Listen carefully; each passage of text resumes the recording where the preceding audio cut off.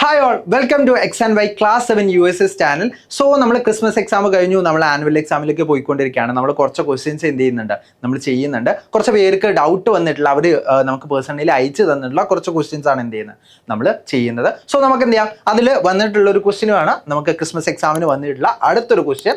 So അടുത്തൊരു question എന്ന് പറയുന്നത് നമ്മൾ കഴിഞ്ഞ വീഡിയോയിൽ ഡിസ്കസ് ചെയ്ത ആ ഒരു ക്വസ്റ്റ്യൻ്റെ ബി പാർട്ടിൽ വരുന്ന ഒരു ക്വസ്റ്റ്യൻ ആണ്. സോ ഇവിടെ ഒരു ആംബുലൻസിന്റെ ചിത്രമാണ് കൊടുത്തിട്ടുള്ളത്. ആംബുലൻസിന്റെ ചിത്രത്തിൽ ആംബുലൻസ് എഴുതിയിട്ടുള്ളത് നിങ്ങൾ കൃത്യമായിട്ട് നോക്കിക്കഴിഞ്ഞാൽ നിങ്ങൾക്ക് മനസ്സിലാവും. ആംബുലൻസ് നിന്ന് ഇങ്ങനെ തല തിരിഞ്ഞ എഴുതിയില്ല, അല്ലെങ്കിൽ ലെഫ്റ്റിൽ നിന്ന് റൈറ്റിൽ നിന്ന് ലെഫ്റ്റിലേക്കാണ് എന്ത് ചെയ്തിട്ടുള്ളത്, എഴുതിയിട്ടുള്ളത് അല്ലെ, വലതുവശത്തിൽ നിന്ന് ഇടതുവശത്തേക്കുള്ള രീതിയിലാണ് എഴുതിയിട്ടുള്ളത്. ഇനി what property of plane mirror is used to write ambulance on front of these vehicle, അതായത് how does this helps drivers of the vehicles moving in front of the vehicle. അതായത് ഈ ഒരു ആംബുലൻസിന് മുന്നിൽ പോകുന്ന ഡ്രൈവേഴ്സിന് എങ്ങനെയാണ് ഇത് വിസിബിൾ ആവുക, പ്ലെയിൻ മിററിൻ്റെ അല്ലെങ്കിൽ നമ്മൾ സമതല ദർപ്പണത്തിൻ്റെ ഏത് പെക്യുലാരിറ്റിയാണ് അല്ലെങ്കിൽ ഏത് പ്രോപ്പർട്ടിയാണ് അവിടെ യൂസ് ചെയ്യുന്നതെന്നാണ് ചോദിച്ചിട്ടുള്ളത്. അപ്പോൾ നിങ്ങൾ മനസ്സിലാക്കേണ്ടത് സമതല ദർപ്പണം അല്ലേ, അല്ലെങ്കിൽ നമ്മൾ പ്ലെയിൻ മിറർ നോക്കുകയാണെങ്കിൽ നിങ്ങൾ മനസ്സിലാക്കേണ്ടത് പ്ലെയിൻ മിററിൽ ഒരു ഒബ്ജക്റ്റ് ഇങ്ങനെ നിൽക്കുകയാണ്, ഒരു ഒബ്ജക്റ്റ് നിൽക്കുകയാണ്, ഇത്ര ഡിസ്റ്റൻസിലാണ്. സപ്പോസ് ഇപ്പോൾ ഞാൻ 1 മീറ്റർ ആണെന്ന് വിചാരിക്കാം. അപ്പോൾ അങ്ങനെയാണെങ്കിൽ അവിടെ ഉണ്ടാവുന്ന ഇമേജ് എന്ന് പറയുന്നത് ഇവിടെ ആണെങ്കിൽ ഇമേജും ഈ മിററും തമ്മിലുള്ള ഡിസ്റ്റൻസും എത്രയായിരിക്കും, ഇതേ സെയിം ഡിസ്റ്റൻസ് ആയിരിക്കും. അതാണ് പ്ലെയിൻ മിററിൻ്റെ ഒരു കാര്യം എന്ന് പറയുന്നത്. അതുപോലെ തന്നെ എത്ര ഹൈറ്റ് ആണുള്ളത് അത്രയും ഹൈറ്റ് തന്നെ ആയിരിക്കും. അപ്പം ഇതേപോലെ തന്നെ ആയിരിക്കും എന്ത് ചെയ്യാൻ പറ്റുക, ഇമേജ് നമുക്ക് കാണാൻ പറ്റുക.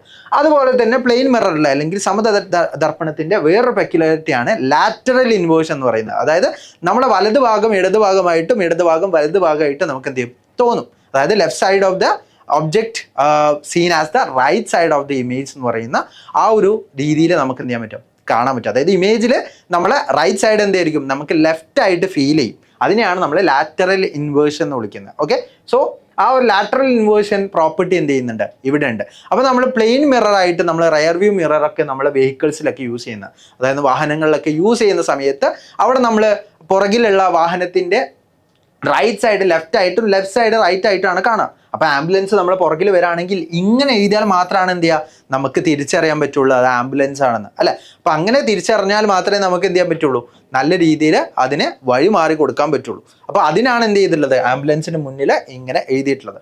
സോ നമുക്ക് ഈസിലി പറയാൻ പറ്റും what property of plane mirror is used to write ambulance as this എന്ന് ചോദിച്ചിട്ടുണ്ടെങ്കിൽ ഈസിലി പറയാൻ പറ്റും. അതേതാണ്, ലാറ്ററൽ ഇൻവേർഷൻ എന്ന് പറയുന്ന ഒരു പ്രോപ്പർട്ടിയാണ്. ലാറ്ററൽ ഇൻവേർഷൻ എന്ന് പറയുന്ന ഒരു പ്രോപ്പർട്ടിയാണ്. സോ ലാറ്ററൽ ഇൻവേർഷൻ എന്ന് പറയുന്ന പ്രോപ്പർട്ടിയാണ്. ഇനി എങ്ങനെയാണ്, how does this helps drivers of the vehicle moving in front of the vehicle, അതായത് ഈ ഒരു വാഹനത്തിന് മുന്നിൽ പോകുന്ന ഡ്രൈവേഴ്സിന് എങ്ങനെയാണ് ഈ ഒരു വാഹനത്തിന് ഈ ഒരു പെക്യുലാരിറ്റി അല്ലെങ്കിൽ ഈ ഒരു പ്രോപ്പർട്ടി വെച്ചിട്ട് തിരിച്ചറിയാൻ പറ്റും. അതായത് നമ്മൾക്കറിയാം ലാറ്ററൽ ഇൻവേർഷൻ എന്ന് പറയുന്നത് റൈറ്റ് സൈഡ് ലെഫ്റ്റ് സൈഡ് ആയിട്ടാണ് ഫീൽ ചെയ്യുക. സോ അതുകൊണ്ട് എന്ത് ചെയ്യും, അതുകൊണ്ട് ആംബുലൻസ് നിന്ന് കറക്റ്റായിട്ട് എന്ത് ചെയ്യാൻ പറ്റും, ആംബുലൻസ് നിന്ന് കറക്റ്റായിട്ട് ഇങ്ങനെ അവർക്ക് എന്ത് ചെയ്യാൻ പറ്റും, മുന്നിൽ പോകുന്ന വെഹിക്കിൾസിനെ വായിക്കാൻ പറ്റും. അതുപോലെ തന്നെ അതിനു വേണ്ടി വഴിമാറി കൊടുക്കാനും പറ്റും.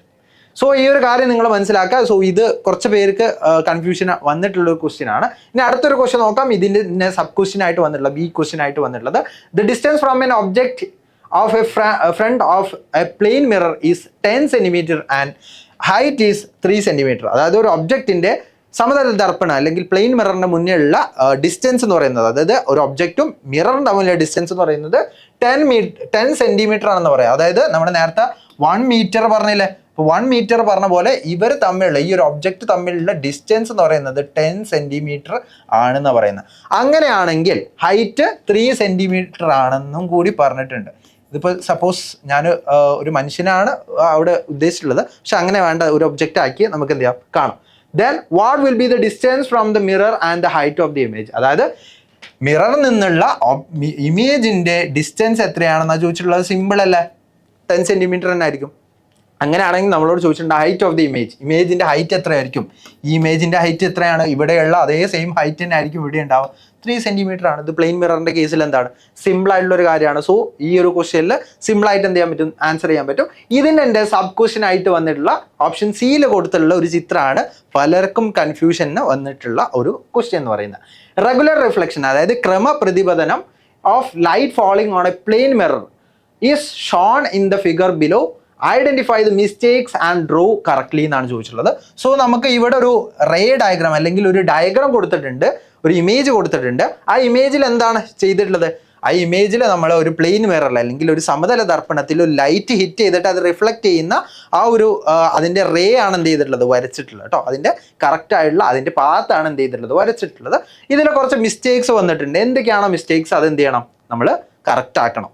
സോ നമുക്ക് ആദ്യം തന്നെ മനസ്സിലാക്കേണ്ടത്, ഇവിടെ നമുക്ക് ഈ ഒരു ആരോ ശ്രദ്ധിക്കാം അല്ലേ, ഈ ആരോ ശ്രദ്ധിക്കാം. ഈ ആരോ ഇങ്ങോട്ടാണെങ്കിൽ ഇതെന്തായിരിക്കും, പ്രതിപതനം നടന്നിട്ട് പോകുന്ന ലൈറ്റ് ആയിരിക്കും, അല്ലെങ്കിൽ റിഫ്ലക്റ്റഡ് റേ ആയിരിക്കും അല്ലേ.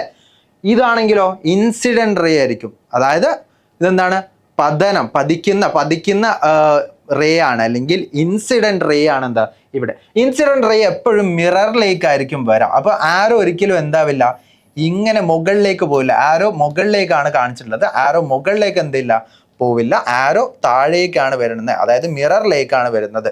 ഓക്കെ, സോ അതാണ് നമ്മൾ ഇവിടെയുള്ള ആദ്യത്തെ മിസ്റ്റേക്ക് എന്ന് പറയുന്നത്. ഇനി ലോ ഓഫ് റിഫ്ലക്ഷൻ നിങ്ങൾ പഠിച്ചിട്ടുണ്ടാവും, അതായത് റിഫ്ലക്ഷൻ്റെ പ്രതിപതന നിയമങ്ങൾ നിങ്ങൾ പഠിച്ചിട്ടുണ്ടാവും. എന്താണ് ഈ angle of incidence? Angle of incidence എന്ന് പറയുന്നത് എന്താണ്? ഇത് നമ്മൾ ഈ ഒരു മിറർ നോക്കുകയാണെങ്കിൽ ഇതൊരു മിററാണ്. ഈ മിററിൽ നമ്മൾ എന്ത് ചെയ്യും, 90 ഡിഗ്രിയിൽ ഒരു ലൈൻ വരയ്ക്കുന്നുണ്ട് അല്ലേ. 90 ഡിഗ്രിയിൽ വരയ്ക്കുന്ന ആ ലൈനെയാണ് നമ്മൾ നോർമൽ അല്ലെങ്കിൽ ലംബരേഖ എന്ന് വിളിക്കുന്നത്. സോ ലംബരേഖയെ റിലേറ്റ് ചെയ്തിട്ട് നമ്മൾ പതനകോണ് നമ്മൾ എന്ത് ചെയ്യും, നോക്കൂ അല്ലേ. പതനകോൺ എന്ന് പറയുന്നത് അല്ലെങ്കിൽ ആംഗിൾ ഓഫ് ഇൻസിഡൻസ് പറയുന്നത് ലംബരേഖ അല്ലെങ്കിൽ നോർമലുമായിട്ട് ഇൻസിഡന്റ് റേ ഉണ്ടാക്കുന്ന ആ ഒരു ആംഗിളിനെയാണ് നമ്മൾ ആംഗിൾ ഓഫ് ഇൻസിഡൻസ് അല്ലെങ്കിൽ പതനകോൺ എന്ന് വിളിക്കുന്നത്. അല്ലെങ്കിൽ പതിക്കുന്ന രശ്മികളും പതനരശ്മിയും അതുപോലെ തന്നെ നമ്മുടെ ലംബരേഖയും തമ്മിൽ ഉണ്ടാക്കുന്ന ഒരു കോണാണ് എന്ത്, നമ്മുടെ പതനകോൺ എന്ന് പറയുന്നത്. സോ പതനകോൺ ഇവിടെ കൊടുത്തിട്ടുള്ളത് 30 ഡിഗ്രിയാണ് പതനകോൺ കൊടുത്തിട്ടുള്ളത്. പക്ഷേ ഇവിടെ നമുക്ക് ഇവിടെ നോക്കാം, അതായത് നമ്മുടെ റിഫ്ലക്റ്റഡ് റേ, അതായത് പ്രതിപതന രശ്മി ഉണ്ട് അല്ലെ, പ്രതിപതിച്ചിട്ടുള്ള ആ രശ്മി ഉണ്ട്, അല്ലെങ്കിൽ റിഫ്ലക്റ്റഡ് റേ ഉണ്ട്. റിഫ്ലക്റ്റഡ് റേയും നോർമലും തമ്മിൽ ഉണ്ടാക്കുന്ന ആംഗിളാണ് നമ്മൾ ആംഗിൾ ഓഫ് റിഫ്ലക്ഷൻ എന്ന് വിളിക്കുന്നത്, അല്ലെങ്കിൽ പ്രതിപതന കോൺ എന്ന് വിളിക്കുന്നത്. സോ പ്രതിപതന കോൺ ഇവിടെ കൊടുത്തുള്ളത് 60 ഡിഗ്രിയാണ്. ഇവിടെ ഒരു മിസ്റ്റേക്ക് ഉണ്ട്. നമ്മൾ പ്രതിപതന നിയമങ്ങൾ അല്ലെങ്കിൽ ലോ ഓഫ് റിഫ്ലക്ഷനിൽ നമ്മൾ പഠിച്ചതാണ്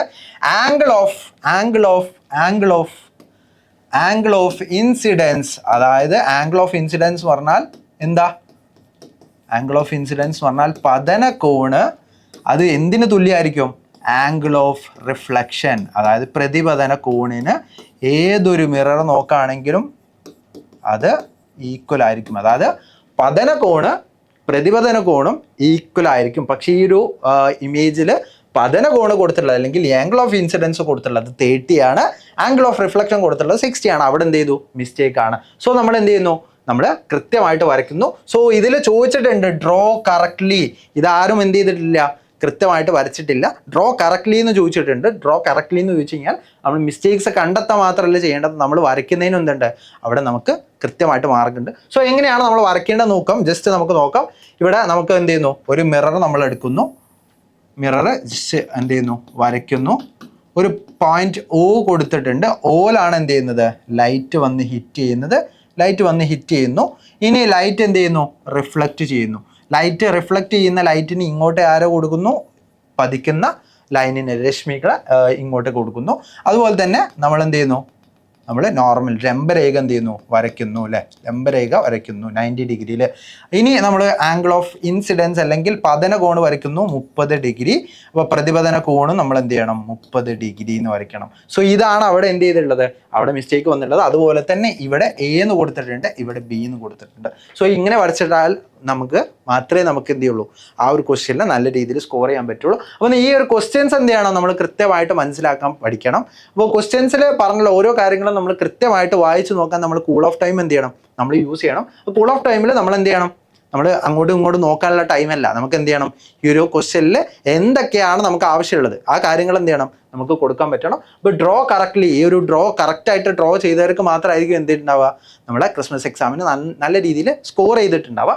സോ ഈ ഒരു കാര്യം എന്ത് ചെയ്യാൻ മനസ്സിലാക്കുക. ഇത് ആനുവൽ എക്സാമിൻ്റെ കേസിൽ എന്താണ്, ഈ ഒരു പാർട്ട് വളരെയധികം ഇമ്പോർട്ടൻ്റ് ആയിട്ടുള്ള ഒരു പാർട്ടാണ്. സോ തീർച്ചയായിട്ടും എന്ത് ചെയ്യുക, നിങ്ങൾ ഈ ഒരു ക്വസ്റ്റ്യൻസ് എന്ത് ചെയ്യുക, ഇങ്ങനെയുള്ള ക്വസ്റ്റ്യൻസ് ഒക്കെ നിങ്ങൾ ട്രൈ ഔട്ട് ചെയ്ത് നോക്കുക. നമുക്ക് തീർച്ചയായിട്ടും ഇങ്ങനെയുള്ള ക്വസ്റ്റ്യൻസ് ആനുവൽ എക്സാംസിനും എന്ത് ചെയ്യും, വരും. സോ ആ ഒരു പാർട്ട് കൂടി നിങ്ങൾ എന്ത് ചെയ്യുക, മനസ്സിലാക്കി വെക്കുക. സോ നമുക്ക് എന്ത് ചെയ്യാം, അടുത്തൊരു വീഡിയോ ആയിട്ട് അടുത്തൊരു ക്വസ്റ്റ്യനൊക്കെ ആയിട്ട് വരാം. അതുപോലെ തന്നെ നിങ്ങൾക്ക് ഏതെങ്കിലും ക്വസ്റ്റ്യൻസ് നിങ്ങൾക്ക് പെർട്ടിക്കുലർലി ഡൗട്ടോ അല്ലെങ്കിൽ നിങ്ങൾക്ക് കൺഫ്യൂഷനൊക്കെ ആയിട്ടുണ്ടെങ്കിൽ നിങ്ങൾക്ക് കമൻറ്റ് ബോക്സിൽ ചോദിക്കാവുന്നതാണ്. നമുക്ക് എന്ത് ചെയ്യാം, ആ ഒരു ക്വസ്റ്റ്യൻ കൂടി ഡിസ്കസ് ചെയ്യാം. അതുപോലെ തന്നെ നിങ്ങൾക്ക് കുറച്ചധികം ക്വസ്റ്റ്യൻസുകൾ ചെയ്യണമെന്നുണ്ടെങ്കിൽ അതും നിങ്ങൾക്ക് എന്ത് ചെയ്യാം, നിങ്ങൾക്ക് കമൻറ്റ് ബോക്സിൽ ചോദിക്കാവുന്നതാണ്. നമുക്ക് ആനുവൽ എക്സാമിൻ്റെ കേസിൽ ഇമ്പോർട്ടൻ്റ് ആയിട്ടുള്ള കുറച്ച് ടോപ്പിക്സ്, കുറച്ച് ക്വസ്റ്റ്യനുകളാണ് എന്ത് ചെയ്യുന്നത്, നമ്മൾ ചെയ്തു പോകുന്നത്. സോ നമുക്ക് എന്ത് ചെയ്യാം, നെക്സ്റ്റ് വീഡിയോയിൽ കാണാം. So thank you all.